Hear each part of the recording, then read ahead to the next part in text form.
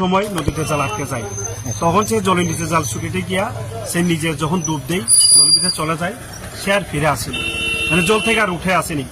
তখন গ্রামের লোকজন বা আশেপাশে যারা ছিল তারা সবাই চেষ্টা করে জলের মধ্যে ডুব দেয় ওই লোকটিকে জল থেকে উদ্ধার করার জন্য, কিন্তু অতিরিক্ত গভীর হওয়ায় লোকটা আর উঠে আসেনি। তারপর আমাদেরকে খবর দেওয়ার সঙ্গে সঙ্গে আমরা আসি, আমরা দেখতে পাই জলের ভিতরে লোকটা গভীরে লুকিয়ে আছে, কিন্তু কোনো মতেই ট্রেস আউট করা সম্ভব না। তারপরে আমরা লগে লগে আমাদের উদ্যোগ কর্তৃপক্ষ জানাই এবং এসডিএম স্যারকে জানাই এবং ফায়ার সার্ভিস আছে, লগে লগে আমরা টিএসআর 7 ব্যাটালিয়ন টিএসআর জমানা আছে। তখন সবার চেষ্টায় জলের ভিতর থেকে প্রায় 4টার সময় ওই লোকটাকে আমরা জল থেকে আমরা তুলতে সক্ষম হয়। যখন লোকটাকে জল থেকে তুলে আনি লোকটা তখন মৃত। নাম?